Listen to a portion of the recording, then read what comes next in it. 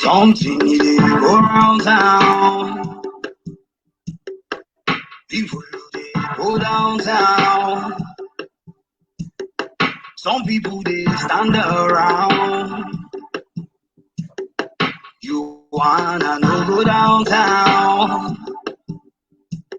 Them say the chief, he dey sleep with the thief. Why? I believe a corner, he dey sleep with the thief. Why? The neighbor daughter carry belle for the thief child. Oh, something dey go down. People they go down. The world is spinning round. The world is going downtown.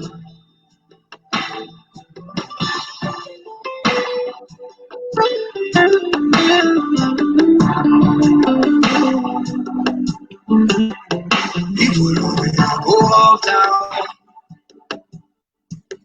Anyway, anyhow, now. Chop your own and clean mouth now. We print and loot and share around. Them say the priest, he dey pray for the thief. Sadaka for Allah, blood for the spirits. People who don't bother, them they wait for the Lord fire.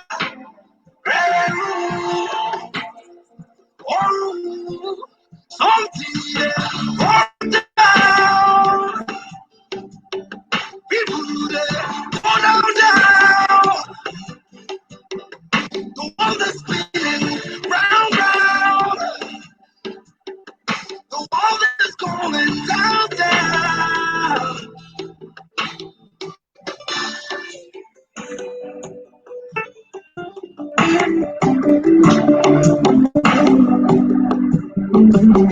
Something go around town. People who dey slam head for ground. Them cigarettes still calls for town. Few people they smile, more they frown.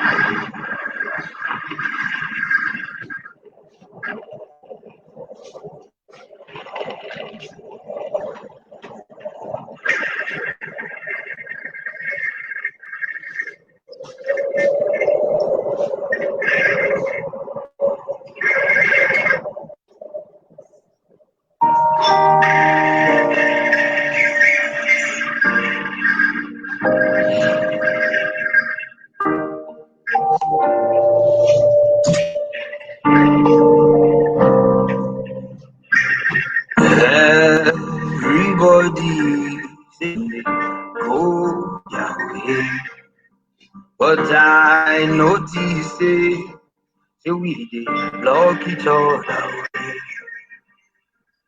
Lie, you no go hear the people say now I'm ignorant. They make it life hard. Yeah.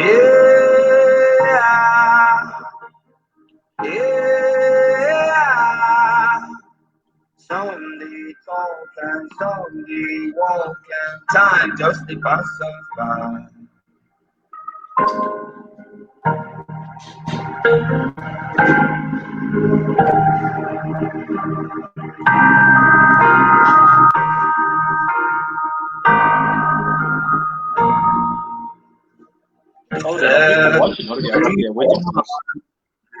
Man, we go love her right. We go ignore her shortcomings.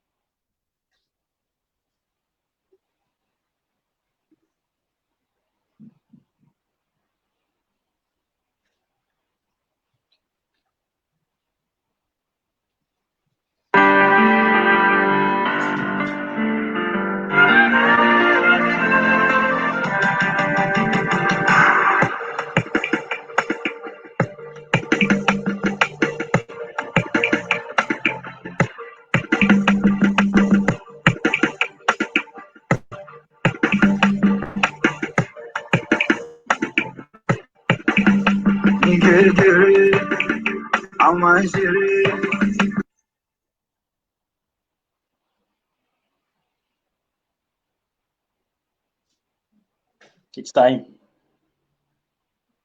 Time.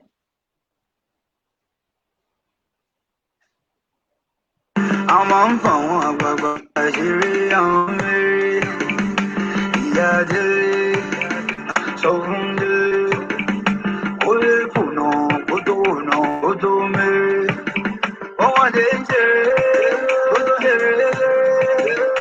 àwọn àgbààgbà wọ́n máa ṣètò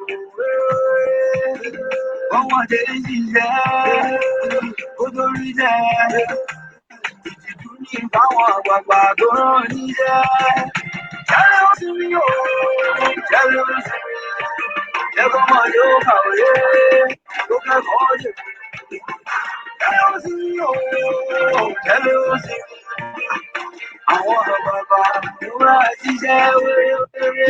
Mary, what is it?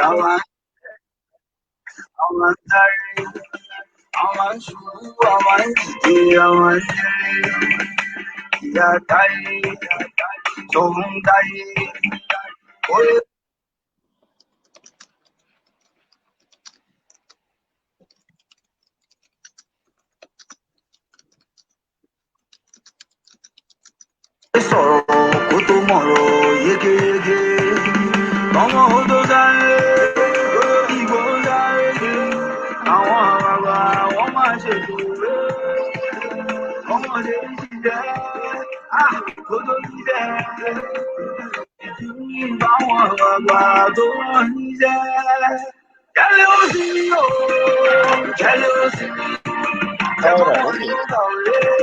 Hey, Yomi Tegede, good evening.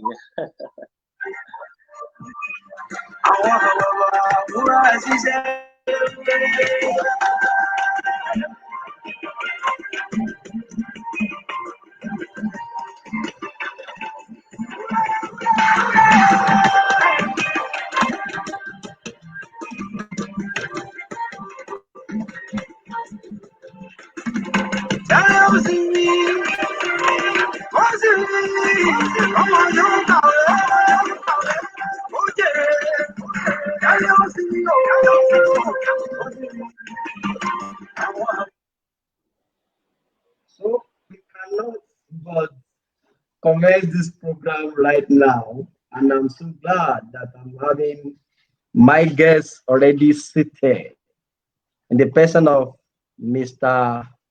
Innocent Magaji. He's an intelligent man, brilliant, and then a man of fact and figure. I have tried to follow him in many areas and then see what he does. How much is intellectually fighting? Is it new or post-colonialism in Africa entirely? I think that right here, speaking with a man who are claimed to be an atheist, but I see him to be a lover of God, actually. But when his claim is that he's an atheist, to his opinion, but to me, because he has tolerated and he has allowed many people to share their opinions and mine. When everyone who is watching right now, one thing you would do for me is to help me share this video, invite as many as possible. This man has something to share.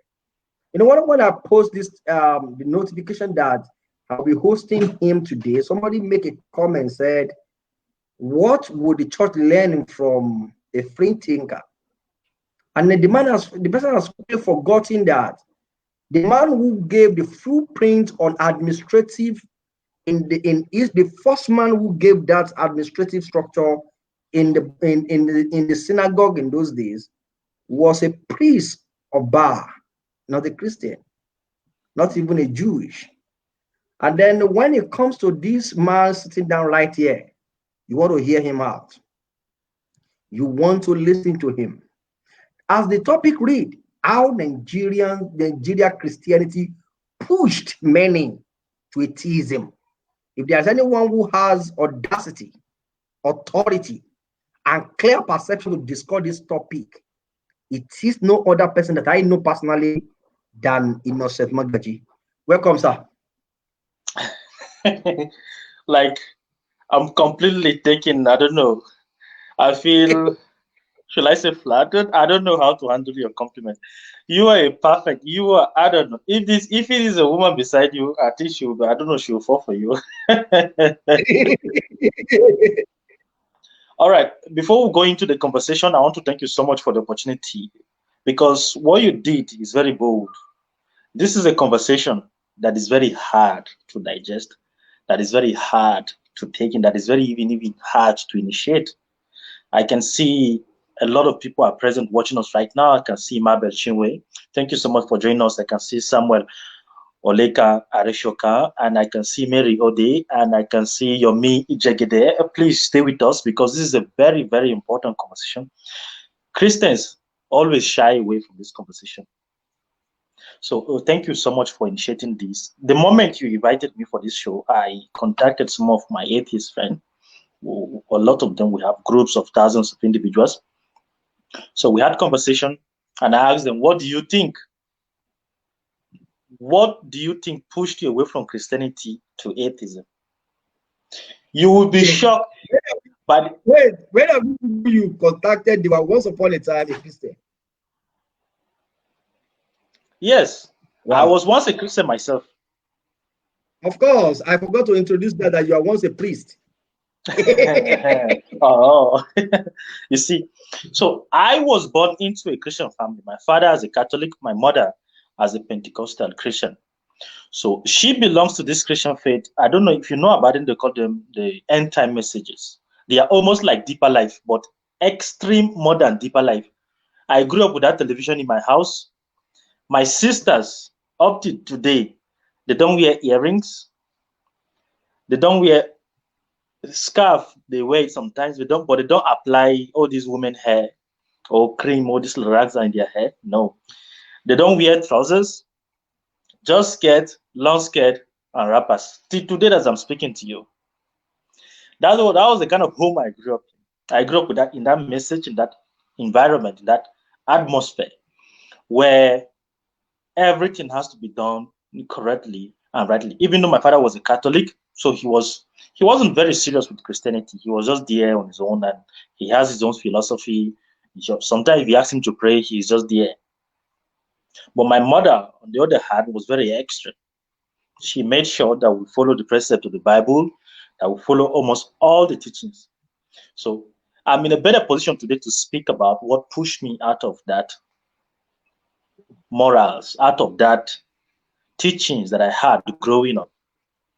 Because how is it possible that someone who grew up in such a home, not even ordinary Christianity, not even ordinary, let's say Catholic, some Catholic, they're not very serious. It's just an Orthodox style. You just sing, you just give you communion. But this one, they are very, very, very, very, very serious practicing people. And you have a situation whereby some of us, we are being groomed to become pastors. We have to preach from early stage. We have to pray in the family prayer. We have to read the Bible. We have to lead the prayer. We have to fast weeks, months. In short, my friends who knew me during my university days in Nigeria, when they see who I am today, they are shocked. Because I was very, very, very religious. I'll be working with my Bible and, carrying myself, going around preaching and trying to convert people, meeting Catholic priests and telling them that, look, Catholicism is very wrong and all those things. I personally converted many people from being a president of the Student Fellowship Association to different occupying different positions, leading in prayers and all those things. So it's not as if you're talking to somebody who is not familiar with Christianity. You're talking to somebody who grew up acculturated spiritually, Even till today, Christianity has a very huge influence in my life. That is a very huge confession I'm making. Many people don't know. But what I am today is partly because of the Christian values I espoused when I was growing.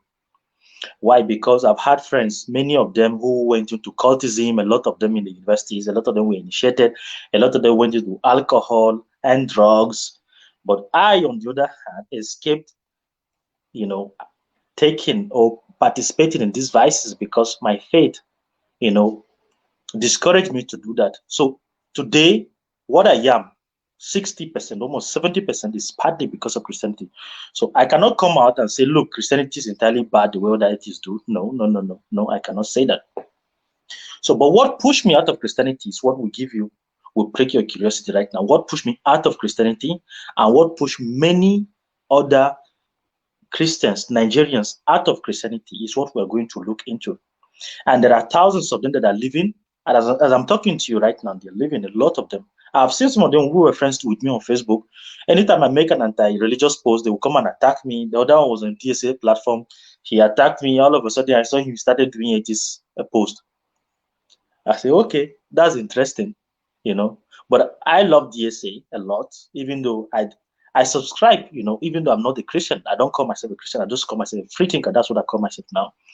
So I don't call myself an atheist either because I don't see myself as an atheist. I went through all those stages. I went through almost all the stages you can imagine. From Christianity, I say, oh, Christianity wasn't very convincing to me. I jumped into Islam. From Islam, I went into Judaism. From Judaism to atheism, very strong. Those people who were friends with me on Facebook knew that when I was writing my post about atheism, I was very extreme about it. Until, when you're logical and you're thinking, when you're open-minded, your mind keeps growing constantly, every day. And the moment you don't close your mind to one single idea, you keep learning every day. So thank you so much for laying this opportunity. I will just go straight forward to just hit the topic because I've asked most of the before you hit the road. Yeah, you have laid a good foundation by letting us know where you are coming from. Because it is critical.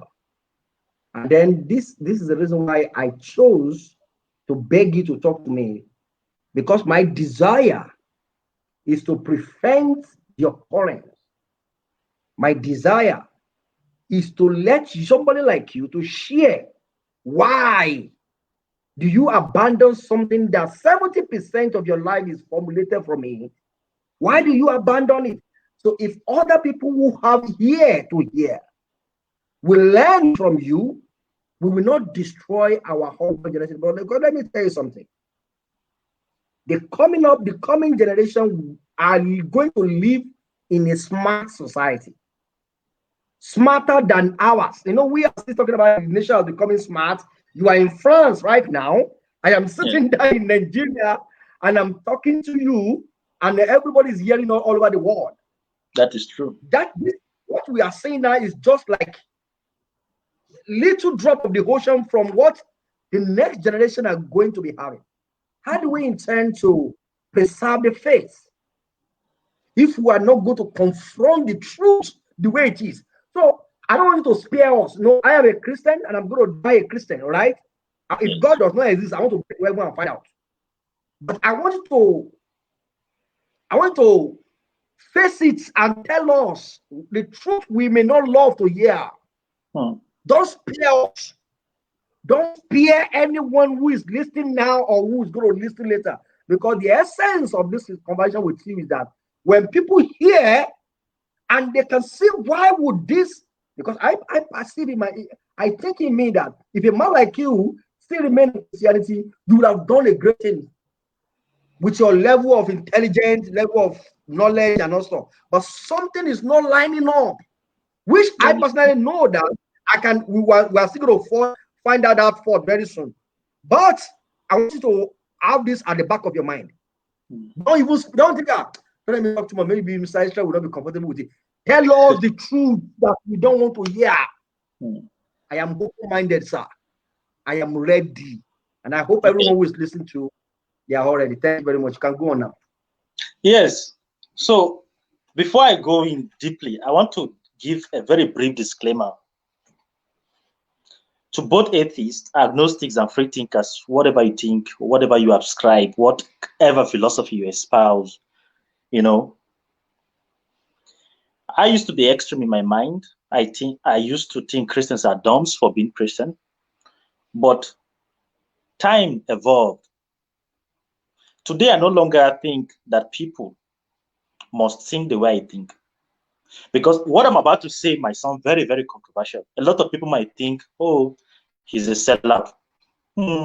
He doesn't represent atheism very well. But I want you to know that before you became an atheist, you were once a Christian. Before you became an atheist, you were once whatever you were. Many atheists today were once ex-Christians. So I want you to know that most Christians today haven't studied what you have studied. They haven't read what you have read. They haven't experienced what you have experienced. So do not expect them to be able to relate to your own experience. What you can do is to patiently listen to us as we initiate this conversation patiently, and give us your own opinion and tell us what you think about it. Funny enough, if I tell you the reason why I left Christianity, I'm answering your first question now. The number one reason why I left Christianity that formed that huge part of my life, that huge chunk that forged my personality. The thing that pushed me away from Christianity is the Bible. The very Bible as it is. I thought I was alone. I asked Christians, other atheists, what happened to you? They told me it was the Bible. It wasn't as if there was an external influence or any kind of, we read some kind of philosophical books or somebody came in and manipulated us and gave us ideas. No. I was growing up. I started reading at age 15. As I was growing, the first book I was introduced to, I started reading was the Bible. I practiced reading constantly, reading the story, trying to understand, praying, and fasting. I read the Bible twice from Genesis to Revelation because of how zealous I was. It was during the course of this reading that I came across a lot of, as I was reading, questions were coming into my mind. Questions were coming into my mind. Now, other Christians might argue and say the Bible is poetic, the Bible is written in allegory, the Bible is written in metaphor. Other people might say it's a fable. But whatever it is, as I was reading, I sure didn't understand what I was reading. I just saw literature, a book that was narrating about spirituality. And then conflict started coming up into my mind. I started asking myself questions. Okay, this is particularly interesting. So the point I'm making is this. The first thing that pushed me away from Christianity was the Bible. And as I'm talking to you right now, a lot of Christians, a lot, they might not be bold to come out and say it, but they have questions, the same question that I had in my mind when I was reading the Bible. A lot of them. I will give you some of the questions that I asked when I was growing. When I was reading and I was coming up, I was asking myself, how is this possible in the Bible? This is just part of it, though. I'll just tell you what the Bible did to me, first of all, before I will tell you what Christianity, what Nigerian Christians, the way they live their life, what they did that finally pushed everything away. So, reading the Bible, first of all, I started with the story of Adam and Eve. Then I say, okay, interesting. A snake that is speaking, that is very possible in the past. Okay. Remember, I wasn't very smart. I wasn't very educated. I haven't read other books. I was just a child, you know, reading and exploring this new idea, this new philosophy that I found. And I started having questions. I remember meeting two Catholic priests. They were dressed in their this thing. They were just seated. And I told them that, look, you guys are not practicing the right Christianity. You guys are going to hell. They just look at me. I think I was around 17 years old that time. They said, this small boy, what do you know? Because I was so zealous. You will see me with my Bible. I'll be walking around and trying to preach to people.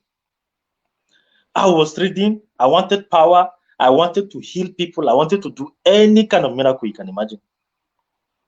I just wanted God to speak to me. I wanted to be able to feel his presence. So the more I read, the more questions keep coming into my mind.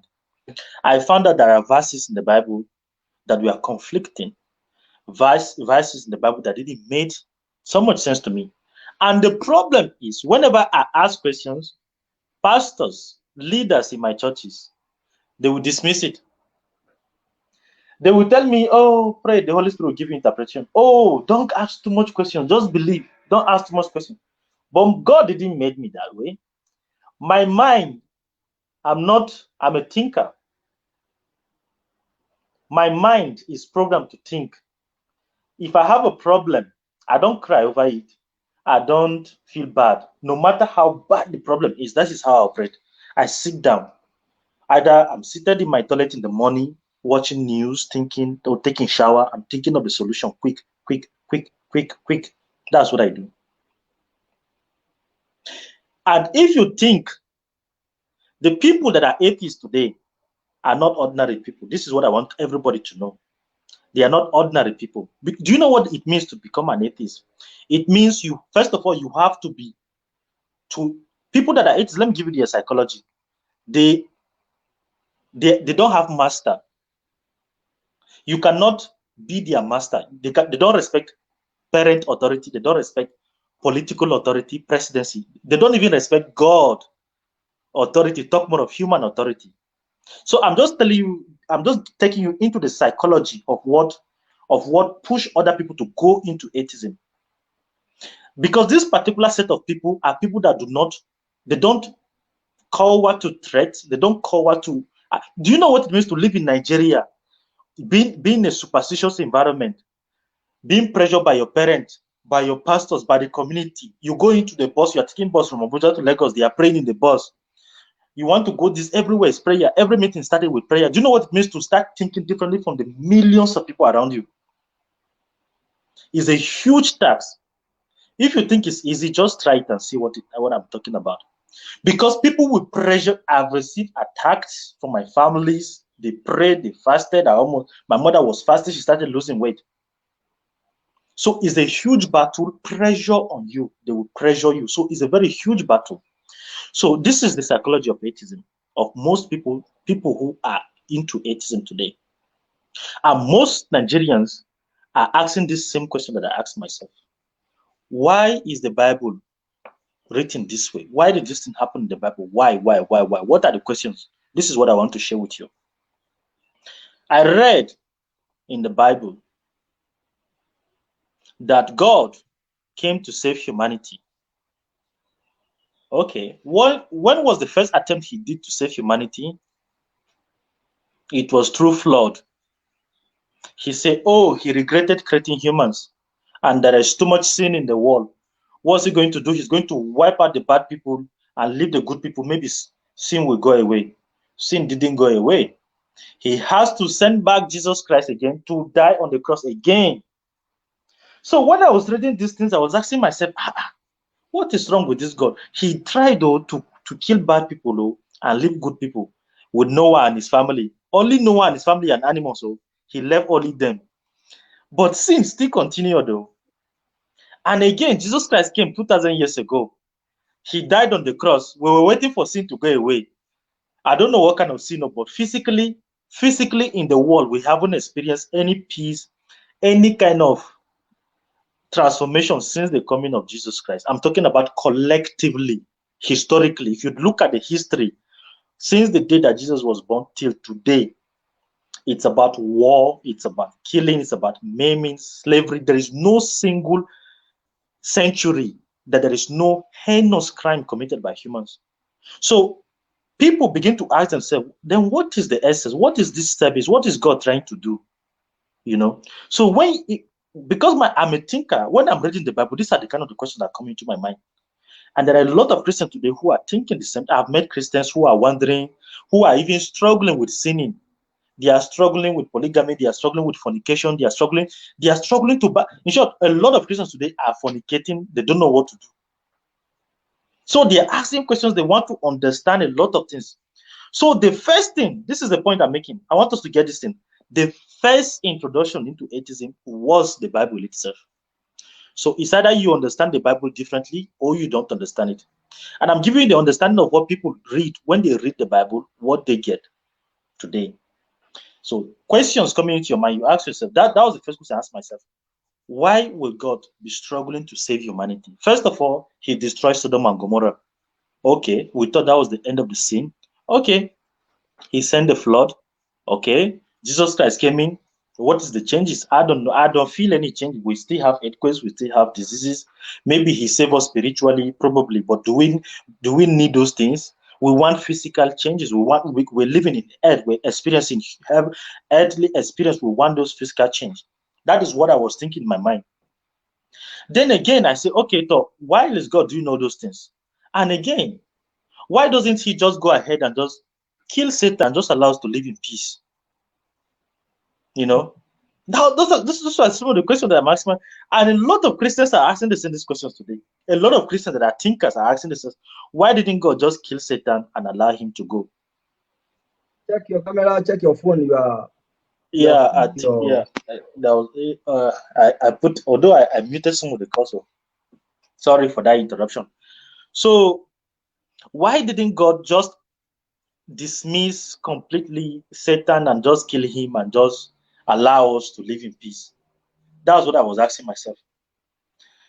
Then again, I asked myself, I said, okay, what are we going to do?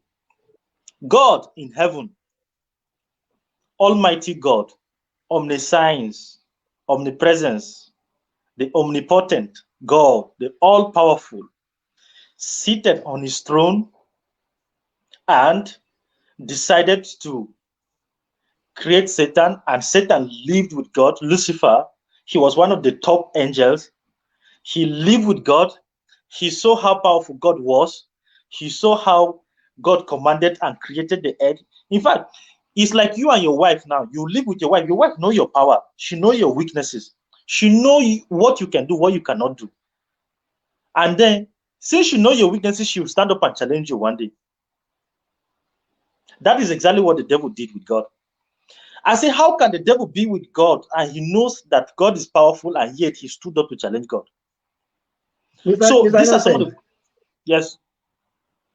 Before you leave that concept of the Bible, I would love to say something about it. All right, okay. Because this discussion is vital and it's very, very critical, very, very sensitive. Because I know many people are watching right now, and many people are still coming to watch it. And so, if you are saying this right now, church need to listen. And the reason why I think church need to listen is that the fact and the truth of the matter is, this is exactly the truth you have just made. You have made a very concrete fact right there. But I will read an article to you, then I will make a comment. And that comment may cause me a lot of trouble, though. But I'm going to tell you the truth. That is the truth I've been shying away from. If the church has not been shying away for this kind of a truth, maybe by now you will still be a Christian. But because the church has always shied away from some truths, because they believe that if you tell this truth or peradventure they don't understand it. Let me read this to you. According to history, this article is written by what's his name now? Awuzie.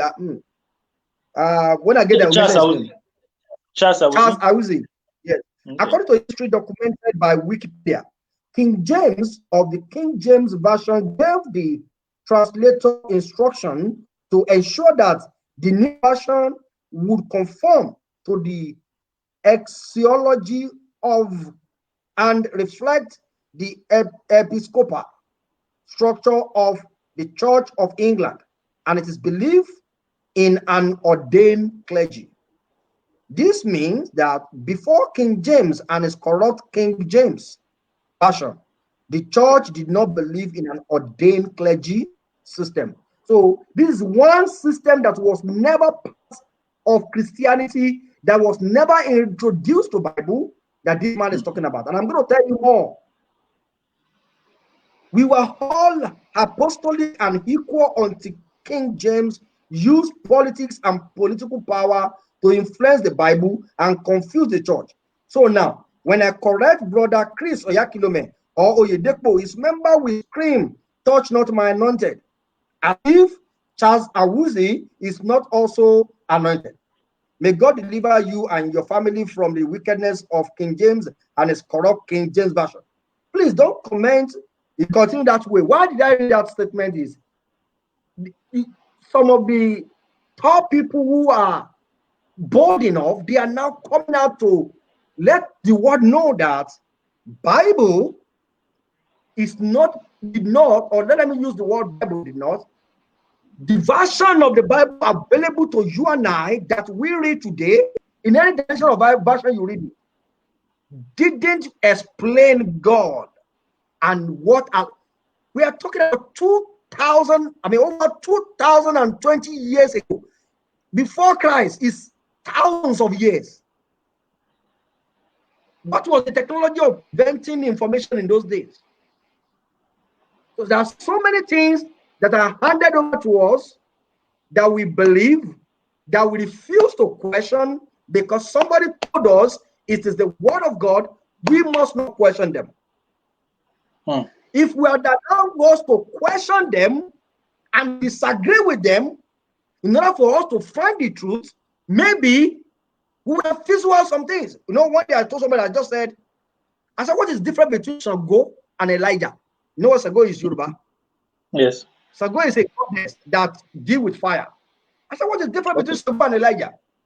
It's a record of a man who has a power, but because he was called a prophet and Sango is called demon, so they said Sango is evil, Elijah is good. But Elijah called fire to burn people. What could be more worst than that? That I can call fire and burn people. But that story that I found their way into the Bible. Who brought them there? How could that represent God? What made that word of God? Christianity. Let me now tell you this. This is what I'm going to say before I allow you to go. And take this. And everybody is hearing me here now. So take this. Christianity is not built on the Bible. Christianity is built on Christ and the Holy Spirit, not on the Bible. So I can read physics and understand God through physics. I can read chemistry and understand God through chemistry. I can read any textbook. I can understand God through nature, geography, plants, anything. I can also pick Bible and understand God through Bible. So you can confidently take Bible and place it side to side with that chemistry textbook. Any other thing written in Bible that does not represent the nature of God must be discarded. If I was a pastor that you come to ask that kind of a question, this is the answer I will give you. Bible is not the book that Christianity is built on. Bible is just a book that we can learn something from too. There are virtues in Bible too. There are things we can learn and get some virtues. The same way I can learn from you writing your book, I can pick a book from you and I can learn from it. What then is the Christianity built on? Christianity is built on Jesus and the Holy Spirit. Two of them. In fact, when Jesus was going, he didn't tell us that I will send you Bible. He said, I will send you another comforter who will guide you to all truth. You know that statement that he made there? He was saying that the Holy Spirit will be the one to show you the truth, because you cannot have the truth in all of this book. So you that can pick chemistry textbook and read it, you can learn about God from there. So that's because today we are looking, and I know thousands of people are asking these questions, and the church keep on saying, Holy Spirit will tell you, Holy Spirit will tell you. I am saying to you today, anybody that want to kill me should kill me. Bible. Christianity is not built on Bible. Christianity is built on Christ alone. You know what Jesus Christ said to the Pharisees? You know what he said to them? Then you study Bible every day. You think you have salvation in the book. He was talking to them who are reading the book of Moses, Elijah. He said you are studying those books. The same Bible we carry about today, that we say we should not question. He was telling them you are studying Bible every day. You think in it there is salvation. Never you know that those things speak of me. So anything we read in the Bible that does not speak of Christ, even in the Bible itself, must be discarded. It must not be practiced within the church. Thank you, sir. I can continue. That is a very bold, powerful statement. You don't know what you just said now is very revolutionary. You say you can study science, physics, and find God, biology and find God, anthropology and find God. And this is leading to my second reason. Okay. Because after all the journey I made, or everything I went through, I discovered that I wasn't fighting the existence of God. I wasn't fighting the existence. I was only fighting the concept of God. Thank you. That was what I discovered. That was what I discovered, the concept of God. My friend is here, Greg Hobert. He's not the Jamaican, but Haitian. Please stay by. Okay. We're going to open the line, and we're going to give chances to people that we call in to contribute, to tell us what they think about this conversation. So please hang on with us. We'll try to make this brief. We're already 30 minutes into the conversation, and the topic is already getting heated. I've made my introduction. He capitulated what I said, and you can see that this is powerful and this is extraordinary conversation. And hopefully, this will initiate a conversation in the Christendom, because the way Christianity is practiced right now, this is what I want to say. I don't have problem with Christianity, because I discovered that not everyone can be able to be an atheist or agnostic or free thinkers. We are not made the same way biologically or psychologically. You have to follow your experience. All that I'm asking you to do is that don't cheat people, don't deceive people, don't harm people, love people, respect people, or respect them. It doesn't matter what religion you belong to. That is my position. So I'm not here to vilify Christianity. I'm not here to say atheism is good and agnosticism is good. No. That is not my position. No. I'm here for logic, reason. I'm not here to say I want to promote African spirituality, because I have a lot of friends who are African spirituality, who are free thinkers themselves. I say go for whatever makes you happy. Go for whatever gives you peace. Not all people can be able to stand independently and say, oh, I don't want, because to some people, God means a lot of things. There are 7 things now, 7 things that God means to some people. 1, to some people, God means a protector. Some people are not, they don't feel secure in themselves. They need to be assured that there is some kind of spirituality that is protecting them. They need to know that there is a figure that is protecting them. And then there are people, there are children people, even adults, who suffer from daddy issues. And to them, God represents fatherly figure. When they have problem, when they have an idea, they want a solution, they want to go to him and say, Daddy, talk to me. What can I do about this? So, but those kind of people, there's no way you can tell them, leave your belief system. No. If you are able to independently stand on your own and not worry about consulting somebody that will talk to you or somebody that they'll make you feel. There are ladies today who are single, they don't have husband. But in their mind, they have married God in their mind. They have made God their husband. They make Jesus their husband. They sit down, they pray, he comforts them, he's the perfect image of man to them. So people have emotional need that need to be completed. And religion, spirituality, Christianity, godliness is feeding onto those things. So if you are criticizing those people, try to understand the psychology behind all those things. If you are able to independently sit down on your own and say, look, I don't need Christianity, I don't need Islam, I don't need any religion, maybe I need African spirituality, good for you. If you say you're a free thinker, good for you. Just live your experience and let people live their own life. My brother here brought out a very, very important topic, because as it is right now, Christianity, the way it is being practiced in Nigeria, is harmful and dangerous. Very, very dangerous. I wrote some points. The second point I want to share with you is that Christianity, you'll be surprised that I'm not against Nigerian church as it is right now. Let me tell you why. Because I actually see the Nigerian church as a business, as an industry, as a company.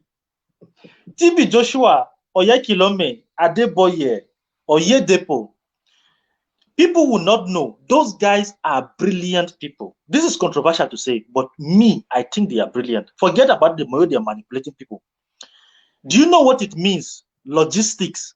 If you think it's easy to gather 10 people or 20 people and start teaching them something, you will see that they will fight you, they will come with gossip, they will attack you, women will come and seduce you. A lot of conflict, a lot of things will come in to fight you, to break you. We have seen this with DSA's platform. We have seen this with... See, it's not easy to deal with 10,000 people, 20,000 people, to manage people. Do you know what it means to coordinate? Do you know what it means? If you go to synagogue, go to TB Joshua doesn't even know how to speak English. He has a very poor command of English. But that man is a genius in his mind. Go to his church, the son he built. I think they call it Crown or something like that. If you see how this edifice, one of the most beautiful edifices in Nigeria, if you see how organized, the electric system, the camera, the phone quality, the music, the choir, the banking system, the emailing system, everything is so organized from somebody who is illiterate. This man is 200 South Africans were in Nigeria when his church collapsed. People are coming from Liberia, from Sierra Leone, from Cameroon, from US, from Puerto Rico, from Cuba. They are coming to Nigeria to spend dollars. And the church is making money. So to show you that this church is an aspect, is an industry itself. The only thing that is bad about the church is that it's selling false hope to the people. But these people, if they are not pastors, they are capable of leading mighty industries. These are the kind of people that can build Amazon. These are the people that can build companies like they can build mighty companies and lead them successfully because of the way they understand people's management. They are not just dealing with people, they are dealing with psychology. In this case, we are dealing with people that are master manipulators. They know what you want. They know your fears. They know your weaknesses, and they use it to collect your cash. It's another form of brilliance that people do not understand. So that is the Nigerian church to you. And when people wake up to this reality that the church is deceiving them, that they are being manipulated, and that is when they leave Christianity. They say, no, I cannot do this. I cannot do this. And they move away. This is what is happening. So they just say, no, I'm tired of this manipulation, and I'm going away. They move on to another life. So you have to understand the psychology, the culture, the society as it is. And seeing Christians today in Nigeria are struggling. They are struggling with the religion. I know it because I struggle myself. There were times I would be praying in tongues, fasting and prayer, Shoboroki, Dibashagarabara, Shedi Yakata, Shedi Desire, Ramatazofi, all kind of prayer you can imagine. There is no prayer that I didn't do in this world. In fact, there is a video of me, I think it was 2009 or 2008, video of me in the church dancing. I was in trance, I was shaking my head, I was rolling on the floor, and I was speaking in tongues. Video of me.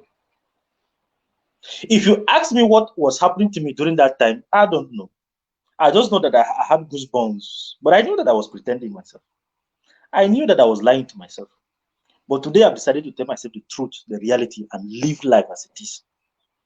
I struggle with my faith. I struggle with my religion. I struggle with the concept. I struggle with, in fact, I became even bolder when I came to Europe, because I discovered, that was when I discovered the difference between Christianity and Eurocentrism.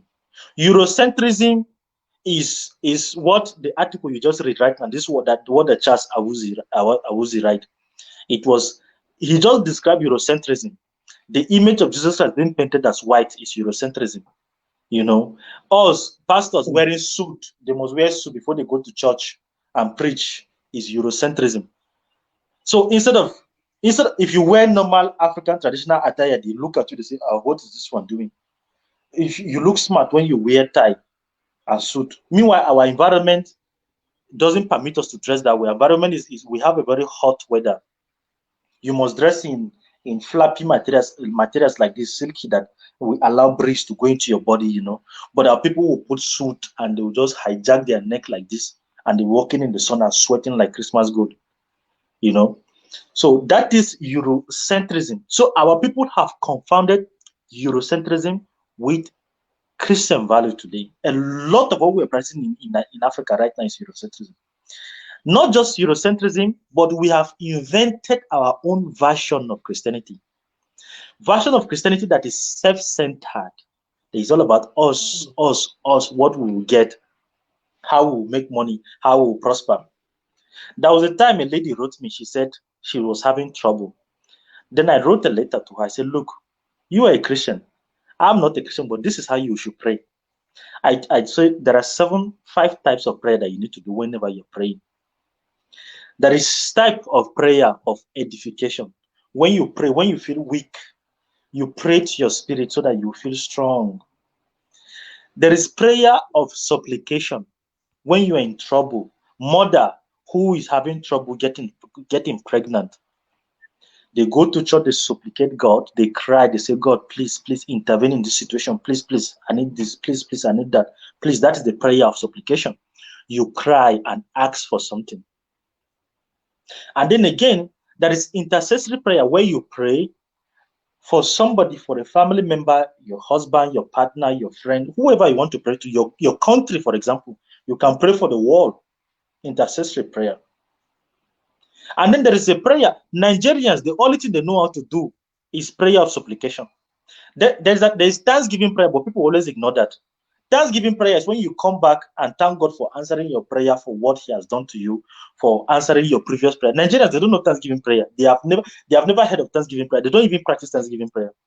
Every time they need them to pray to God is to ask for something. God, I need job. God, I need wife. God, I need picking. God, I need money. I need this to do this. Every day, this money. Just give me this. Give me this. That is self-centered Christianity. Self-centered is all about you getting, but not knowing what can you do to the people around you. What can you do to God? What can you do to your nation? What can you do to your family and your community? They don't do that. Our Christianity has programmed our mind to be self-centered, to only think of what we will achieve. Okay, if I do Christianity, I'll become prosperous. If I do Christianity, I will go to heaven. So it's only about what will we achieve. It's all about what will we get. Self-centered. That is what Christianity has become right now in Nigeria. So these people, a lot of people who wake up to this reality, they say, and they see that you didn't become like that overnight. It's the church that keep drumming this into your mind. Bong, bong, bong. You come to the church, they tell you, oh, pray for these. Before you notice, you have started thinking towards that direction. That is what happened to me myself. I was self-centered. I was thinking of what I would gain with Christianity. When I woke up to the reality, and it was conflictual to me. I kept thinking about it. I was thinking, why do I feel so down? Why do I feel the pressure? You know, I was in Grenoble here in France, an usher in Christ Embassy. I served there, I think, for two years as an usher. So the man, one of the biggest regional pastors, I think he controlled the church in Europe or 6 countries. I don't know how many countries he controlled. He came into the church. He looked at me, brother innocent. I don't know who told him my name, but he just saw me behind. Maybe they have already do their program, everything. He called me. He was the one that ordained me to become an usher in the church. And he told me to be paying €150 every month for Rhapsody of Reality to Chris Kilome Foundation. I've been contributing to the growth of the church. I was just a student and I was working, but I could be able to afford paying that. So I just saw, immediately he said that, there was a prick in my mind. I just knew that was manipulation. This is what thinkers do. You think, I was like, okay, he's trying to manipulate me to give something, to get something. I felt compelled inside me. When people wake up to this reality, is brutal. What they do is that they reject the religion completely. So people must know the limit of how you will push people. Self-centered, only looking out for your own interest. I saw it, I was like, no. In my mind, the moment he just said it, it sounds like an emancipated statement in the church. People were like, oh, clapping, brother innocent. Oh, he's going to be paying $150 every month. Out of my salary, if I collect my salary, I pay. I was going to school, I was studying, I was writing, I was working at the same time, struggling, and I have to finance the church, which I was glad to do. I started the first month and I stopped. I just knew that something was wrong somewhere, So all those things contributed to me moving far. That was a push away from me. So after that, wow. I started my own church. Okay, before you talk about your own church, yes, I love this second point you have just made. Manipulation from the church leader, manipulation by the church itself, is another pointer. It's another reason why people neglect Christianity and become an atheist. Profound, brilliant, and this is going to be a kind of warning, direction, and then eyes opener to everyone who cares to listen. And there's no lie about what you just said. Let me tell you, there are people who does not know what they don't understand, or they don't agree with atheism, they don't agree with atheists, but they have become an atheist not knowing by themselves. Yeah.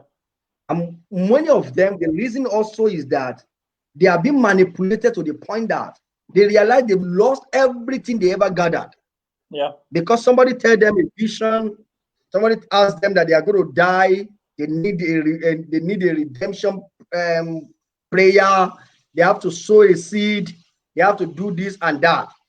And eventually they realize that everything I have in my life is gone. Then they abandon church, they abandon religion. They never said they are atheists, but they don't even want to hear anything concerning church anymore. That you are right. Believe me, you have made a very, very great point. Thank you, sir. Go on, sir. Yeah. So this issue of manipulation, I didn't even go deep into that manipulations, but I'll just stop here because we don't have much time. I see our time is going, and then we'll still have people that will call in again. So this issue of manipulation in the church, the leaders, they have perfected it. But in my own case, I could see it through their game. I could see it directly, So after he told me this, there's another issue of another lady in the church that he called me. He said, come and work together with Brother Innocent. I didn't know that they planned everything. They wanted us to even get married together with the lady. It was later that I discovered what happened. Come and work, and you guys should pray privately for the church. That was what he said. Pray privately for the church. How can you tell two adults opposite sex to always meet in their houses and pray for the church. What are you trying to encourage? You know, but in my mind, I knew what I knew, because I was very disciplined. I knew that the relationship was defined. It's all about, it's strictly church stuff. But the lady in question who was to work with me, she wasn't thinking that way. She saw a young, brilliant, handsome brother in the church, an opportunity for her to. So, but me, my mind was programmed. I knew that the relationship was strictly church relationship, praying and doing other stuff. That was how I was thinking. But there is no guarantee that the person you're with is thinking the same way. I won't even go deep to narrate to you how everything ended. But I discovered the next plan. How they started asking me, if you want to marry, the church can sponsor your marriage. That was what they were telling me, you know. And I say, okay, now I get the point. I get why they did that. So that is the level of manipulation, how they push and go. So that aside, the church manipulating you, a self-centered religion, and the Bible itself with certain incoherent verses pushing people, pushing us away. Now you know that you don't need the Bible to understand God. In my own case, today, right now, I just call myself a free thinker. You know. So why do I call myself a free thinker after being an atheist for a while? It's because I'm not foolish. The phone, this water, this bottle, somebody fabricated this bottle and the water inside. I don't know who did it, but it looks good. So when I study nature, when I study life, when I study water, in fact, the human anatomy, the muscle, if you know how many veins we have, the way the blood flows in, everything is in perfection. I was studying satellite recently. I did a program with DSC. I told him about satellite. We recorded it. It's on YouTube. People can find it. There was something I told DSC. I said, this cosmos, the wall, is now round like an orange, round. And we have 7 stuff in the earth, 7 layers, 7 sphere in the wall. We have the hydrosphere, which is the water, which is under the water, the hydrosphere. We have the biosphere here where we human beings live. The biosphere where human being and animal live. After the biosphere, you have the atmosphere. That is the sky. The problem is each of these spheres have different level of oxygen. And each of these spheres can control life. If you be a human being, you go into hydrosphere, you cannot live because you can't breathe under the water. But the fish that are made, they can breathe there. So beyond the atmosphere, what do we have? We have the troposphere. The troposphere is where the cloud is formed and water. And beyond the troposphere, what do we have? The mesosphere. The mesosphere is where you see the flight, aeroplane. When you're looking, it's not as if it's too far. When all those aeroplanes you see in the sky flying, they are flying in mesosphere. Why? Because the mesosphere that is less turbulent, you can fly easily in that sphere.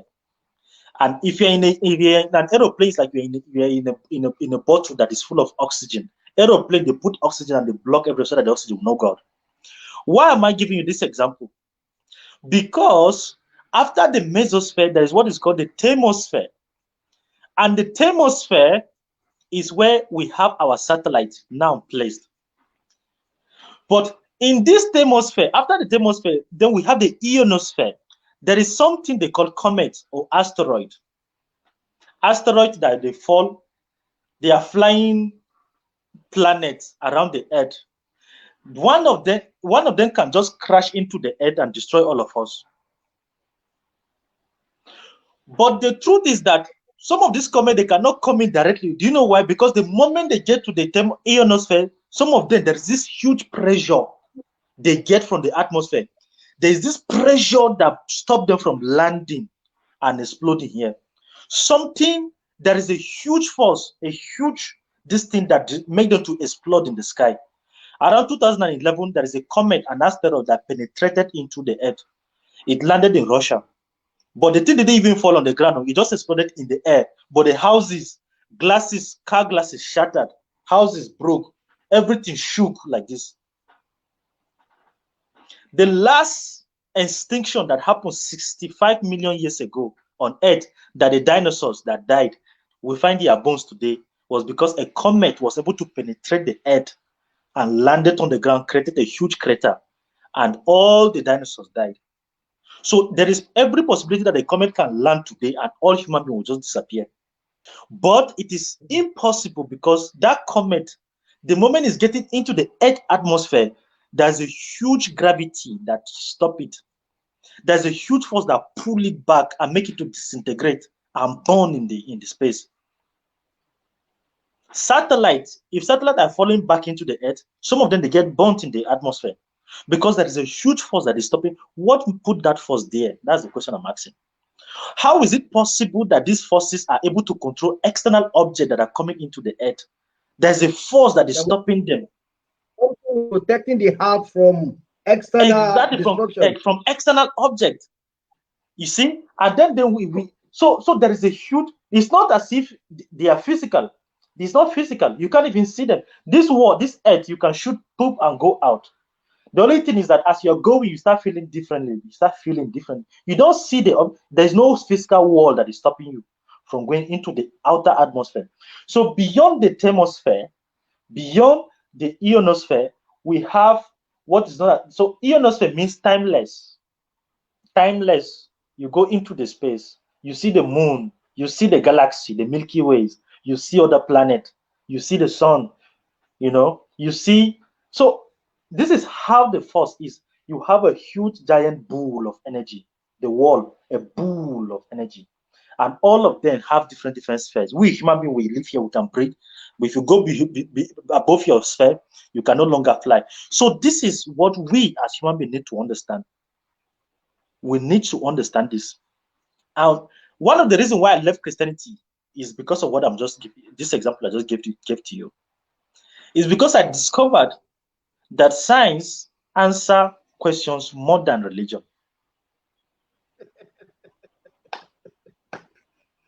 See, science, science is solving the problem that we have today in the world. Like the example you gave about me speaking to you from Nigeria, you are in France, is like how many thousand kilometers? We have 13,000 kilometers difference from France to Nigeria here. Well, look at us speaking now. People are hearing us around the world. If it was during the epoch of Jesus Christ, they would write this thing, this telecommunication as miracle in the Bible, they would write it. Jesus Christ was able to call Judas in Judea and talk to him. They will say that it was a miracle. People, there is submarines today. Submarines, huge giant machines under the ground that are working beneath the water. Rockets are being sent into the space. It's not by prayer, not by fasting, but through science. So this is one of the reasons why a lot of people, a lot of Nigerians today, the moment they discover that religion that they have been practicing, the moment they discover that the religion they have been practicing doesn't answer their questions, what do? They move away. They move away. They look for better answers. The difference between religion and science is that religion is promising you better life after you die. But science is promising you good life here, even before you die. The good life is you can be able to transport today, you can be able to send message, send money through Western Union, MoneyGram, TransferWise to Nigeria, do things very fast, communicate with your family that you're missing them.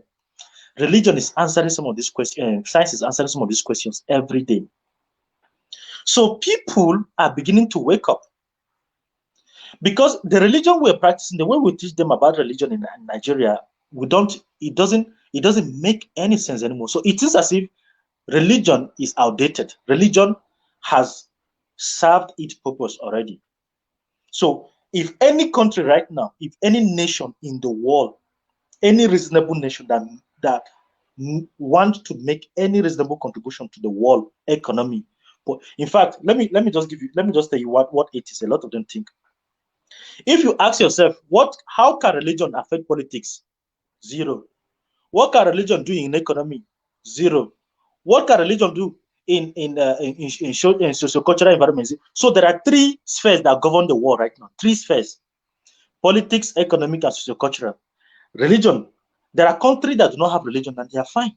Japan, for example, China, They have very good standard political system. They have very good economic system. So people are beginning to realize that religion can no longer help their immediate problem. They are realizing that for you to be able to reign on earth, you don't even need religion. You don't even need prayer. You don't even need anything. And they are waking up to that reality. So religion is only promising you good life after the earth. That good life you have been wishing to live here, that good heaven, enjoyment, so that nobody will come and kill you or kidnap you for ritual money. They say you can only enjoy it when you go to heaven. And people are getting tired. People are getting frustrated. So they say if they want, you can no longer get sick or have corona only when you go to heaven. Well, so long as you're living on earth, you must catch corona. So people are okay. In Nigeria, they don't have, like me here, I'm here, I have health insurance. That 2 years ago, I had an accident when I went for a special training. My leg, I got an injury, and my tibial was affected. And I was like, for up to a year, and I had problem, pains. I keep putting ice, seeing the doctor, they kept giving me treatment and all those things. It didn't work. An average Nigerian will need to go to church for prayer. They want to go to do prayer. But me, I didn't go for prayer because I had an option to go see the doctor. They took your light? Don't worry, we're in Nigeria. You see the problem? You see the problem? That was what I tell a friend too. I said, when God said, let there be light, he wasn't talking about sun and the moon. He meant electricity too. He was talking about electricity. Who found that electricity? They are not Christian. They are not priests, though. They are scientists. You see? So people are waking up to this reality and they are finding out, look, this is it. Mr. Innocent, let me tell you something. Yeah. You don't have idea of what you are doing to me personally. You don't have idea. Are you hearing any underground noise? No. And the people who are watching, please, if you're hearing a noise, underground noise, please, I want you to comment. Mommy Mabel, Mommy Ronke, Mr. Yusuf, anyone who's online right now, please, if you're hearing any underground noise, let me know, please. You don't know what you are doing to me right now. It's like you are redeeming me. You are confirming my understanding. You are like somebody who is coming to authenticate what I've been cooking in my heart. Let me tell you what I mean. I have come to a point that said, God, if he will send anybody to hell, it will be religion people. The reason I said this is this. The thing that God himself created to explain him and to tell the world, to make us know about him, has become the thing that the religion has rejected. You said something, you said religion, science is solving and answering people's question more than religion.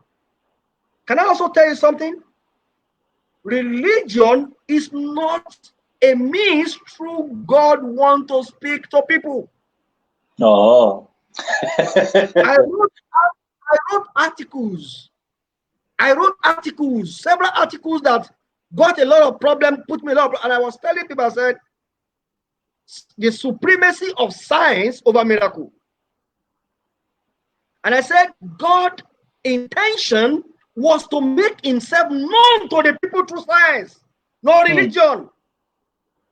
But because science, we kill religion if it is totally embraced. And so, because science will kill religion, those who benefit from it will never let it to see the day of the light. That is true. God created science so that we will get to know more about his invention, his creations. He put science there. He didn't put religion. But because religion is the one now, people think religion is the one speaking for God. So we think science is anti-God. Meanwhile, anyone who embraces science, anyone who embraces science is embracing God himself. Because science, so in fact, if I own a church today, if I own a church, I'm going to bring a chemist, a physicist, a scientist. I'm going to bring an engineer just to come and talk about God using their knowledge of their field to explain God to people. That's exactly a very profound statement right there. Science is now answering more questions than religion. And so people think, many think, if science is giving me an answer and religion is not giving me, then there is no God. But the mistake right there is God never wants to hear. God is not interested in religion himself. God is not speaking to anyone through religion himself. He would rather speak to us through science. He would rather explain to us, because if you look at history, the discovery today in the world, the inventions, historically started with people of faith. But at a point in time, the people of the church began to kick the scientists away. They began to reject science. They began to counter science. They began to say science and miracle, they are not the same thing. The people who have that knowledge, they left the church, religion took place, and then science become anti-God. And God is not speaking to us through religion. Science is supposed to be the voice of God. So you just redeeming me and confirming and telling me, look, man, if you want to talk tomorrow, let people know.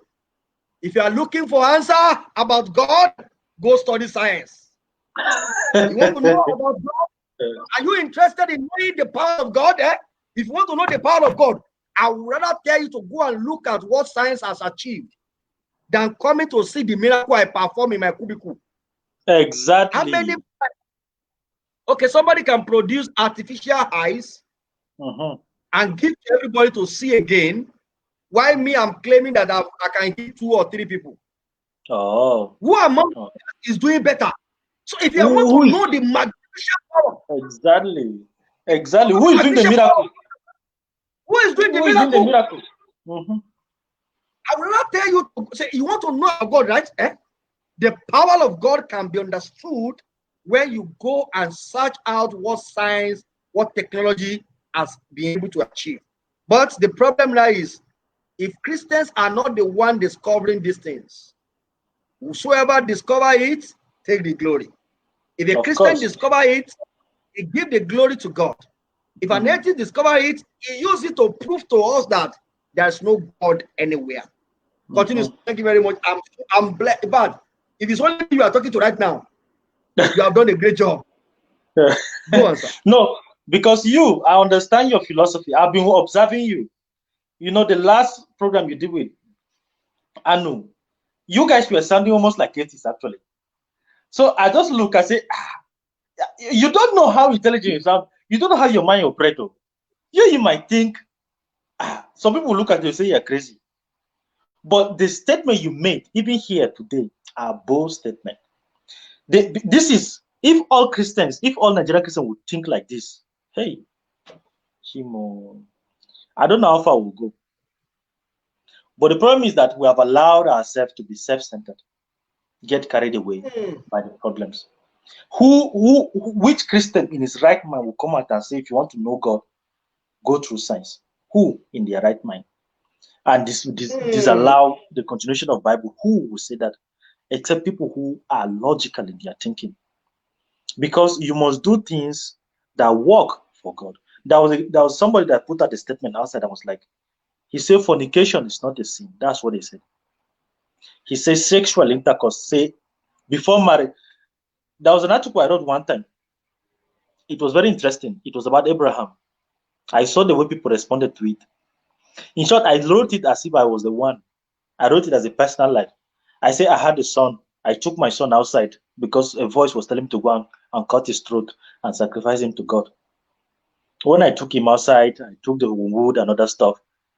Immediately people called the social assistance, the social service. They say, this man don't go mad, though.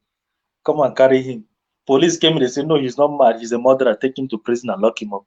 I told them, I say, what you read in the Bible, the story you read in the Bible that made sense to you, if it happens today, they're going to prison. If you try, carry your son to go outside that you want to, maybe in Nigeria, but here, there's law. I told him that if Jesus Christ is here today, he will have Facebook and Twitter, or Muhammad, for example. So a lot of, if for example, Jonah, for example, Jonah cannot come back after 3 days, come back home and tell his wife that, look, honey, the wife will be like, where have you been? He says, a fish swallow me. She'll be like, fish swallow you for 3 days. You go put you for Nineveh for water.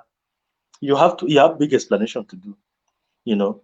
So a lot of things you read in the Bible, a lot of things are just examples, they're just there. Some of them are parables, for example. Some of them are hyperboles, like some of them are just, metaphor. But when you take them literally and try to apply them and try to lead them in this modern world, it's not applicable anymore. You have to be logical in your thinking. You have to think the modern age. You have to see where things are going. Oyakileme was fighting 5G recently. There are a lot of conspiracy about 5G. I look at them and say, the people that are picked the most are Africans. We are facing the fourth industrial revolution that is ending right now. Africa didn't even catch up with one. No industrial. The second industrial revolution, we missed it. The third industrial revolution, we missed it. The fourth one is here, and we're still missing. We are not even contributing anything. I told somebody, I said, imagine if it was in Nigeria or Uganda or Rwanda or Kenya that this 5G came from. Do you think Africans will reject it? They will jump and celebrate. They say, we'll break a technological breakthrough. They will just jump. We have poor connection right now in Nigeria. Sometimes when I see your internet, how strong it is, I feel proud. I asked, if you remember, that was the time I asked you, which connection are you using? With 5G, your video will be seamless. It's not even with 5G in Nigeria. We cannot even have the entire capacity of 5G in Nigeria because we don't have the structure in place to have. The only thing that 5G will be good is our internet. But here in the developed world, they can use it to connect into their car. They can use it to connect almost everything they can connect. But in Nigeria, we cannot have the full capacity of 5G. We only need good internet. If you're using 5G, you see how smooth your video is. If you want to upload video on YouTube, within a few seconds, your video is gone. It's uploaded. So we miss the first industrial revolution, the second industrial revolution, the third one, the fourth one is here. We're still fighting it. They say it will bring disease, it will bring that. They have already launched it in China. They have already launched it in different places. Here in France, they were launching it. People went and tried to remove it. So a lot of, pushback and all those things. So this is the whole structure. First, we spoke about Bible, how Bible read. The people, they read the Bible, and what they do is that they see the controversies in the Bible, the outdated stories, the outdated examples, some examples that are not applicable. In short, there is no miracle in the Bible that you can mention today that science cannot do. Healing of eyes, healing of legs, give you prostate legs, walking on water, dividing water into two, ordering light, let there be light, it will be out. The electricity today. Which is it turning water into wine? Or what do you want to say that they cannot multiply today through science? So science is basically the new religion now. So the more you start to see it that way, embrace it, and don't see it. Most Christians think science is anti-religion. They think science is like this, religion is like this. That is how they see it. So it makes their thinking to remain analog thinking. They don't see the future. They don't see it. So today, these are some of the factors that is pushing people away.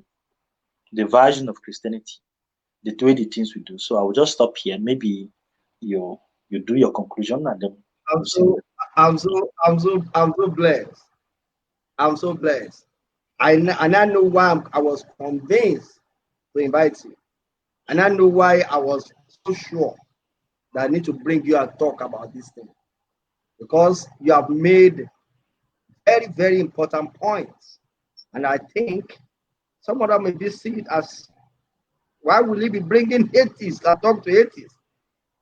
That is their opinion, And that's the reason why we are backward. That's the reason why we are stupid. That's why we don't have sense. But me, you coming here to talk today, I've shared a lot of light, understanding, clarity. And I want to say, let me see if this will work actually. If you want to call in, you can call in through my Facebook Messenger, Israel Goodness Balogun. And let's see if it's going to work. I try to put the system around it. And then I don't know if it's going to work. You can call in and share your opinion. But to Mr. or Doctor, should I even give you professorship right now? You have made very cogent point.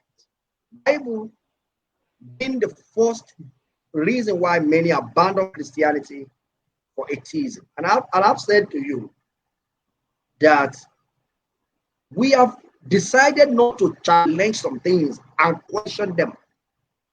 So therefore, there will come a generation. And if anyone is hearing this video or watching this video in the future, do not forget there are two people tonight that discussed this matter. It may not be when we are still alive. It may be when we are gone. Anyone watching this video, there is coming a generation that will publicly burn the Bible. Because that generation will come to a point when they will say, what is this? And so, why did I say this? Am I saying that they should negate the Bible? No. What I'm saying is, Christians should be bold enough to tell the world and to tell their people that Jesus is not built. Jesus, their faith in Christ, is not built on the Bible. It's built on Christ himself and the Spirit of God he has given unto us. Okay, somebody can say, okay, where is the Spirit you talk about? That's not a discussion of debate that you can argue on. And then I also said tonight that Bible is not the final say on the Christians. I've never said this in the public. This is my first time. And I know many people will come after me. Bible is not the final say on the Christian. Holy Spirit is the final say. Should I throw away Bible? No. There are virtues, there are messages, there are things to learn in the Bible. There are words in the Bible that one can learn and get some information from. But Bible is not an entire book we should read about God. Reading physics, reading chemistry, reading philosophy. Many people, some people tell me, I was discussing with some people that said, don't tell me philosophy, bring Bible. And I said, that phone you are using to talk to me is born out of philosophy. Oh. That phone at me now, eh?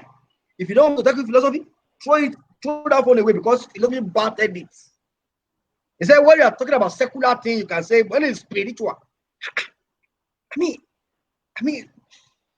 so somebody today was arguing with me that you don't bring logic to Christianity. I said, these are the statements that have made Christians become dullard, stupid, and that make us to become backward.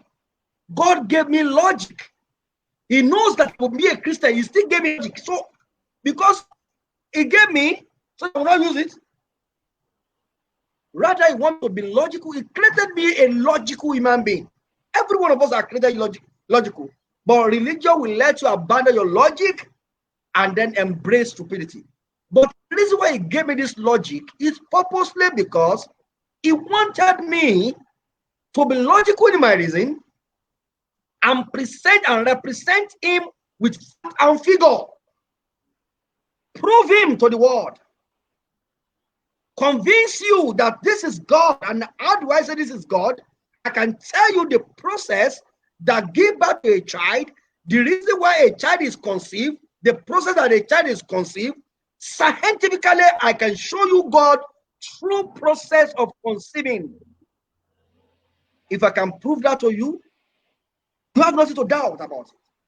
Instead of us to use science to prove God, we kick science out of the church. Instead of us to use science to prove the existence of God, there was a day when I was assistant pastor in one church. So we're discussing library for the church. And everybody was mentioning Kenneth again, Kenneth Copeland, blah, blah, different names.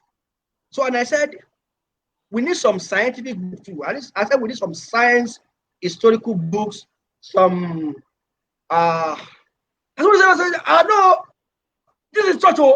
I want, what saying now? Why would you go and bring, and I look at this, I said, the microphone they gave you to talk now, that you are using to contribute to now. Science built it. You don't want the book that creates everything we use as a support for living, and you still claim that they are bad. Then you must throw away every product that comes from that book. Yep. Church, some people say they don't neglect science, but you don't bring science to church. Science has to be in the secular world. Church must start exalt science and make the world know science. Are we having callers yet? No, any person can call in. Where should they call? Where should they call? It's already displayed on the page. They can call on my WhatsApp, Facebook Messenger. Israel Goodness Balogu is my name of.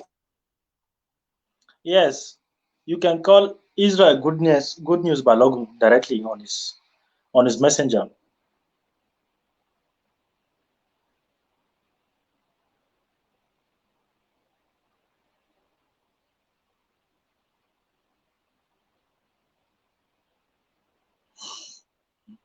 Yeah, Mabuchima, you're so right. You're so right. He will never be humble. Yes, that is true. Okay, I think we have lost our brother, or is he receiving a call? I don't know. So I think he will be back. We're streaming, we're still going. Oh, he's gone, he's left me alone. But our streaming is still on, I guess. Yeah, Nigerian internet. Yep. Nigerian internet. That's the problem that we have. So I don't know what we're going to do, but this is a very. Just leave your opinion, please. Leave your comments. Just let us know what you think about this constantly, because I'm happy that we're able to initiate this conversation. A lot of people, because I will tell you today. Yeah, you can call him through his messenger. And yeah, he's frozen. I think he'll be back soon. He will come back and connect back to the program, hopefully. If he doesn't, then probably we'll just end the show, because we have spent almost an hour and 30 minutes already in the program. So the internet is working, but this is a very rich conversation too. I really like this conversation. I like it that we're able to initiate it. So, okay, I think Sorry, back. I don't know I don't know what happened to my internet. It went off. I didn't know, but it's back. Okay. All right. So as I was saying, science supposed to be the voice that we use to explain God to people. Science to be the platform through which we prove God and let people see God that He is in existence. But we have abandoned the way through which we explain God. We are now using religion that is only meant for the weak mind. And then you have mentioned something very profound where you said manipulation.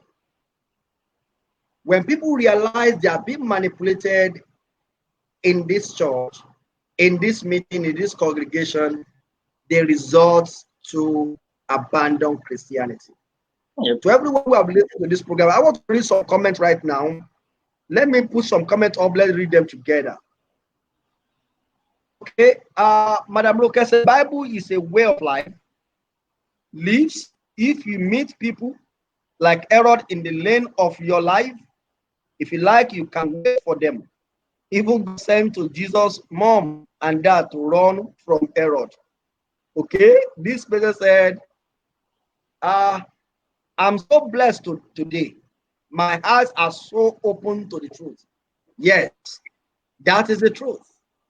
God can be understood through science. So blessed tonight. So blessed. Thank you, everyone.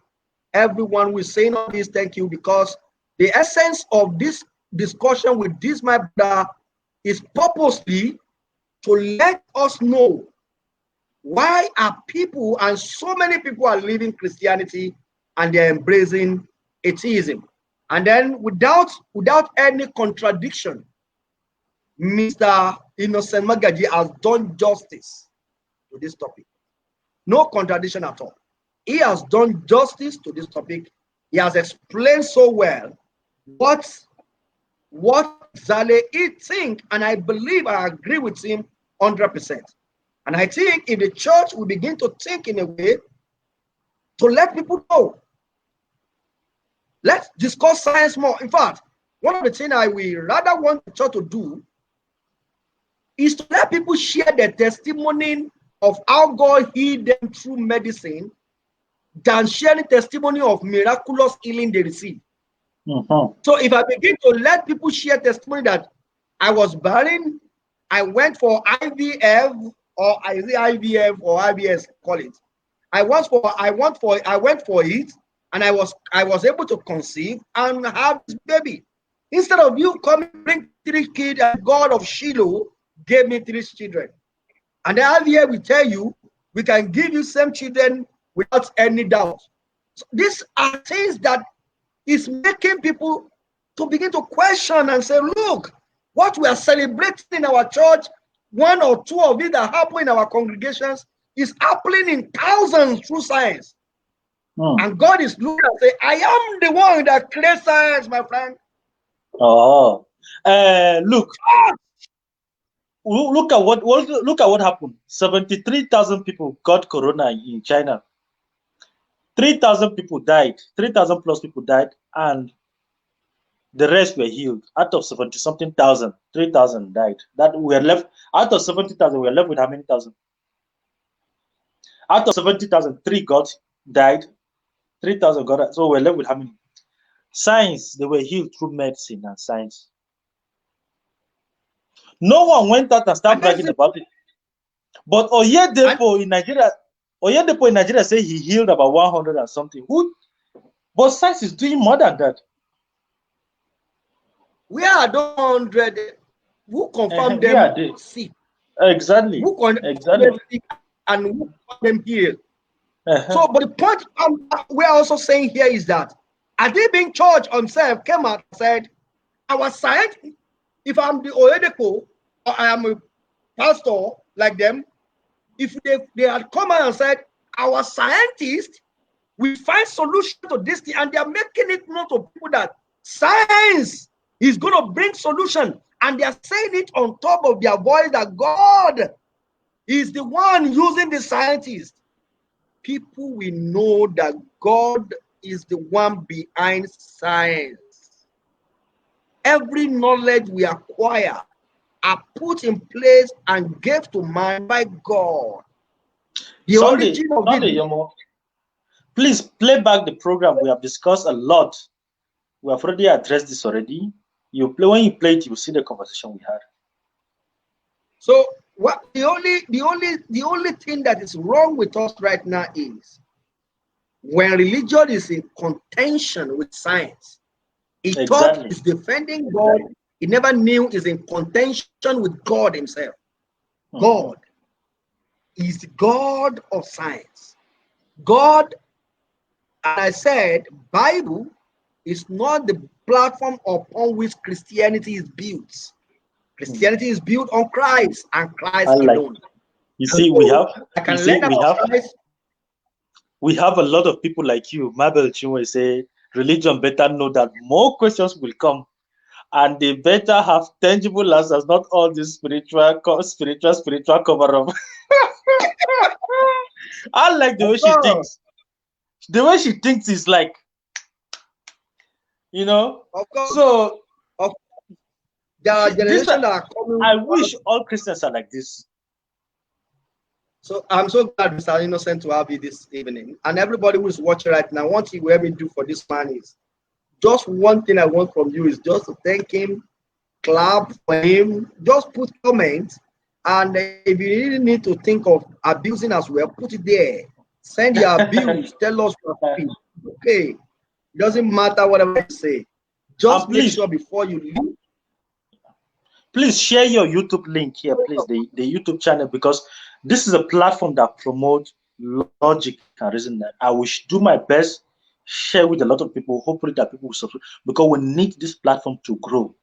We need it to grow. So please just share the link in the comment section so that people that are watching us can subscribe, because there is more of this program. I've been watching you throughout, so I think more of this program is going to come up more and more so that people will go in. Just share the link on the comment section, please, so that people can subscribe to your channel. Oh, can you get it? I'm going to share. Yes, I'm working on it already. I'm going to get my channel, my YouTube channel link ready and put it on the comments so you can let me share it. You can also, while we are waiting to do that, you can also drop your question in case you have anyone for Mr. Innocent before you will leave. And then you can as well drop your comment, thank him. If you are blessed, if you have been informed, if you have learned anything from what we have discussed this evening, put your comment right there. Let's hear you. Let's hear what you want to say. Let know whether this what's here is. Let's know if this is what you think. What we are doing, it's worth hearing, it's worth listening to. Just drop your comment and let us know. So please, everyone listening right now, I want you to help me try all your best to share this video, and then I will share the link later after this program on the comments, because I'm unable to get, but my page on YouTube is Honest Africa Initiative. I will share the link on the comment. So people, help me thank this man. People already thanking you. They are saying thank you and they are blessed.